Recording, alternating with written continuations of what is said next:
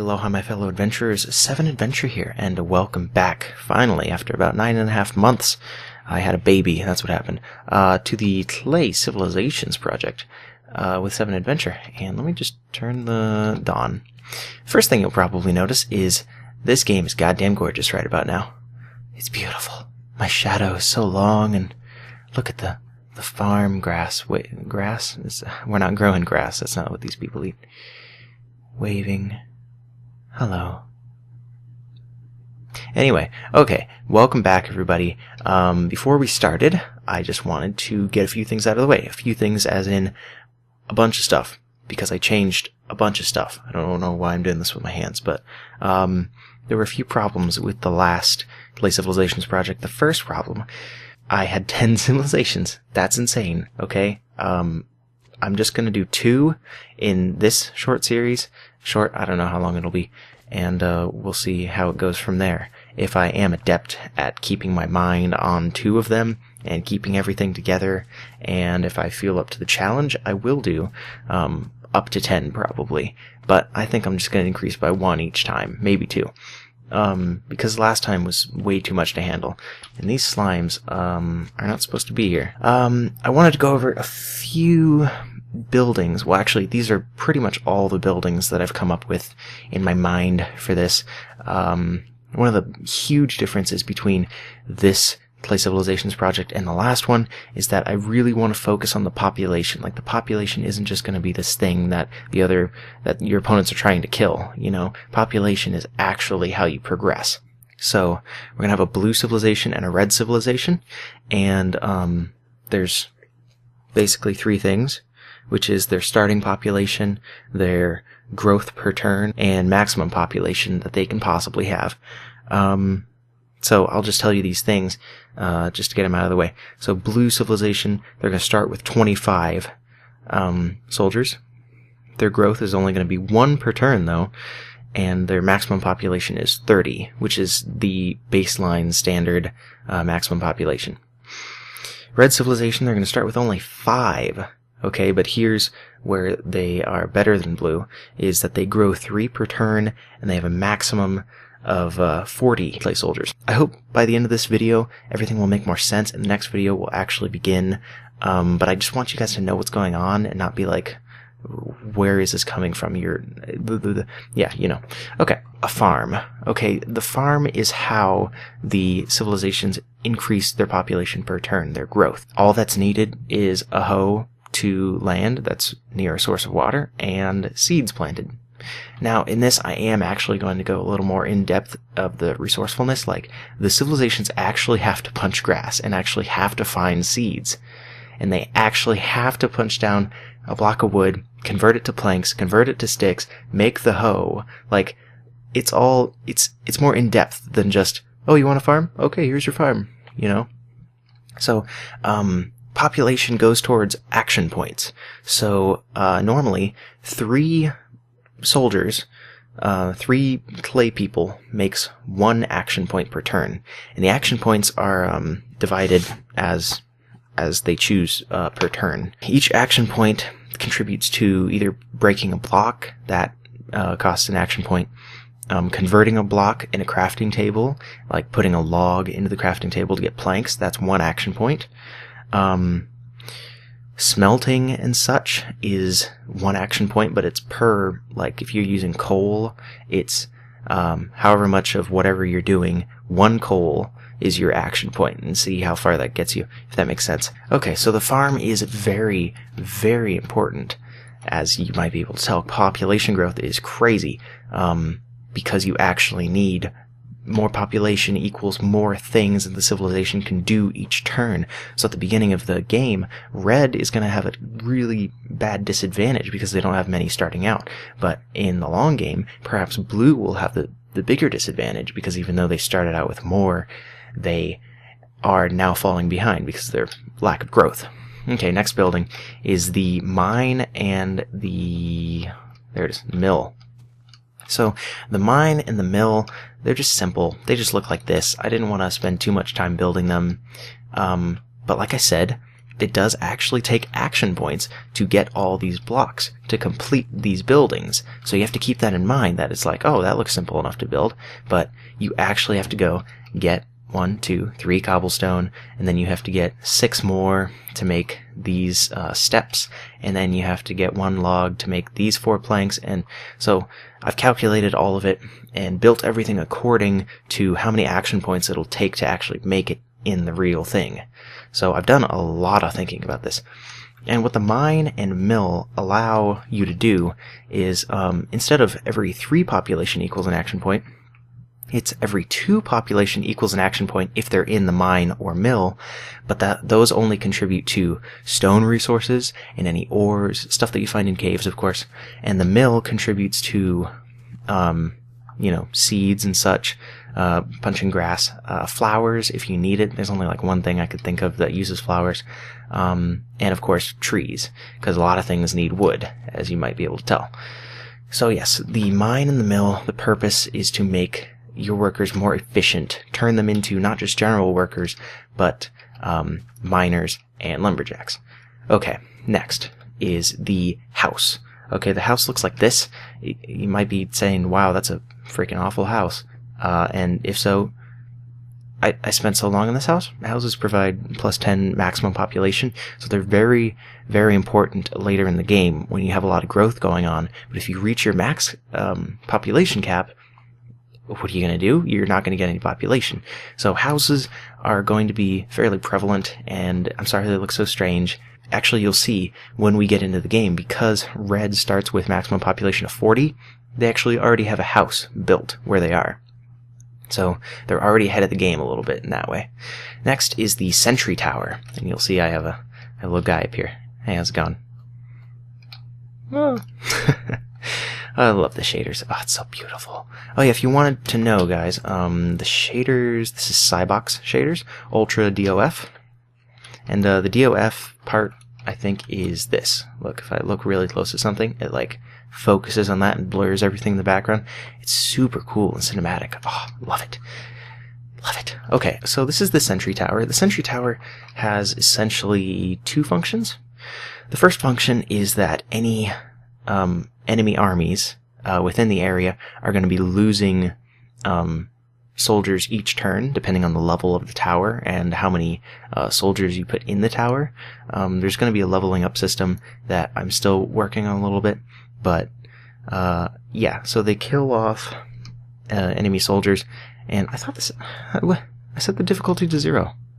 What the heck? Okay, anyway, the second thing a Sentry Tower does is it increases the area of influence of the starting city. What I mean is that if there's a mine, but it's like 100 blocks away from the beginning place of the civilization, they can't go and retrieve resources and such. They have to build a Sentry Tower to expand their operation, basically. Does that make sense? Because, I mean, in real life you have like scouts and such that do these kind of things, but I kind of want some kind of limit. I don't want to just be able to run around and go 10,000 blocks away and just be like, okay, harvest all the materials I need. Like, there has to be some kind of cap, and this is that cap. You have to build Sentry Towers to expand where you can explore. What the heck are you guys... What? Okay. Next is the Barracks, or Militia Center. The reason I say or Militia Center is because it's the same building for 2 different buildings, basically. And, this one took a while to come up with. With the texture pack I have on, you can see there's, like, cracks. But, that's kind of cool. And there's these weird dots. But that's okay. Okay, so the Barracks, I'm gonna go over first. The Barracks you have to build to produce any kind of unit. Any kind at all. You want to make swordsmen, you want to make whatever, you have to have the barracks first. Otherwise you just have plain old clay soldiers that are pretty weak. So the base unit that you can make is a gravel thrower, and it's just what you might think. It's just a regular soldier, and you throw down gravel, and he's a gravel thrower. That's what the barracks produces, but it must be made to do the other things, these other buildings, which have their own functions. Okay. It's also a militia center, the militia center is used to upgrade all the population. So your miners, your lumberjacks, your farmers, everyone isn't just going to be a regular clay soldier. They're going to, well, have whatever you give them, what you could give your regular army. So it's not just like your population is completely helpless once your main army is destroyed. It's like you still have a chance, and they're still going to have quite a hell of a fight to get past and destroy your entire civilization, because all of your population are defended now. And it's not actually that difficult to get the militia center. I mean, it's the same thing as the barracks, so it's not an unreasonable goal. I think I've made every building reasonably attainable, but also reasonably difficult to obtain early. So, like, I've actually ranked them. This is kind of the rank. So farm is the simplest to make. More difficult, more difficult, more difficult, more difficult. And then it goes around this way. And yeah, actually walls are probably the most difficult thing to make, just because they have to circle the whole perimeter. And that takes a lot of resources.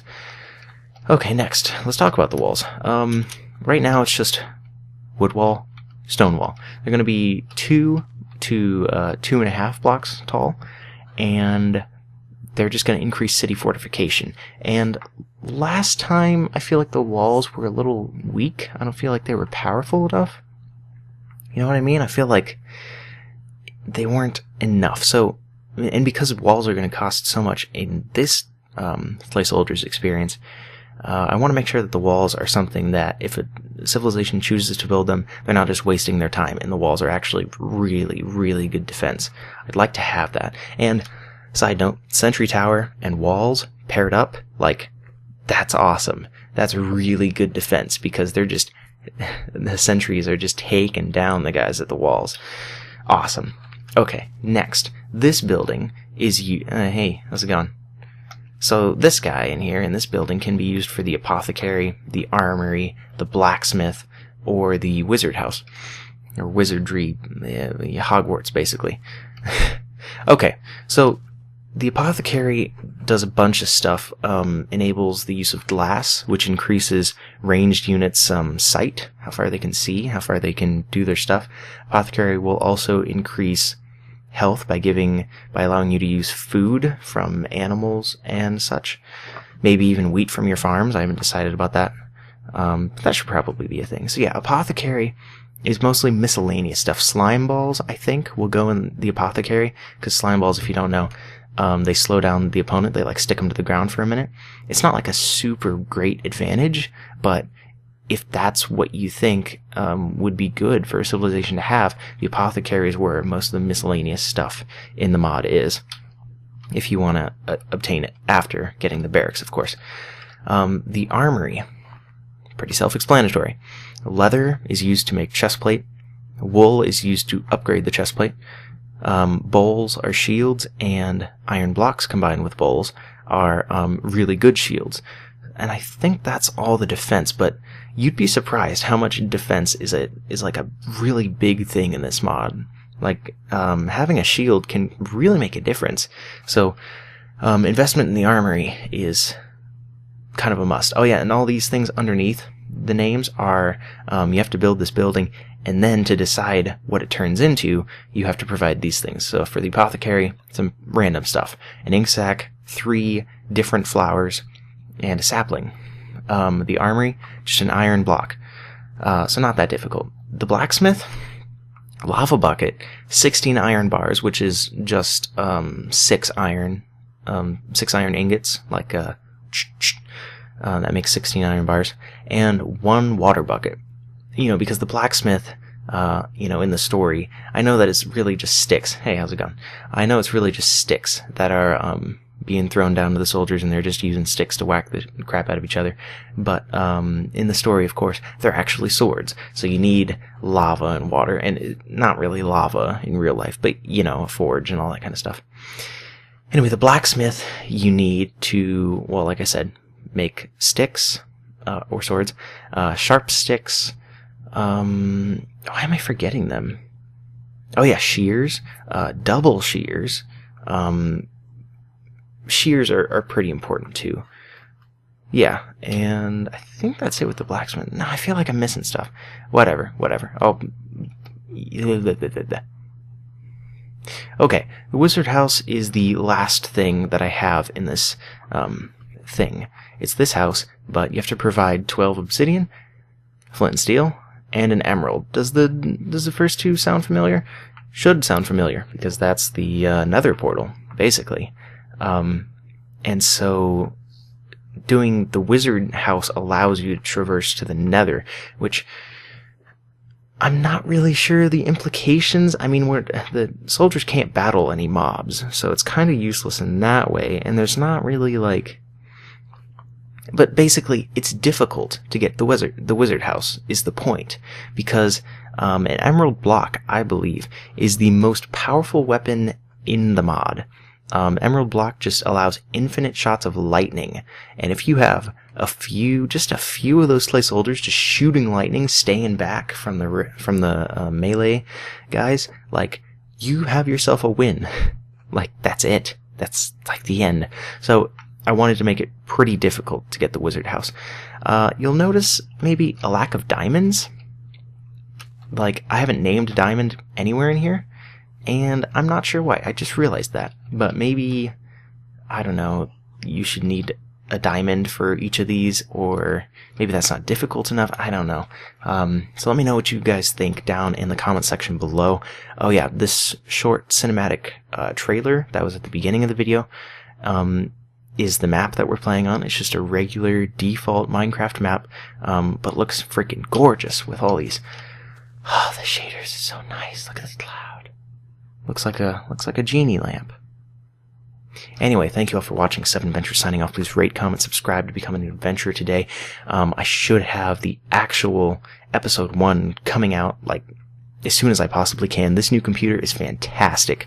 I'm not sure what the rendering speeds will be for rendering an HD video, but I'd expect to be able to complete at least 1 or 2 videos this week.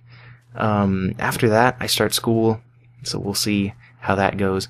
But I'm going to have so much fun doing this. Maybe even more fun than the first one. So, I already said that. Thank you all for watching. Bye!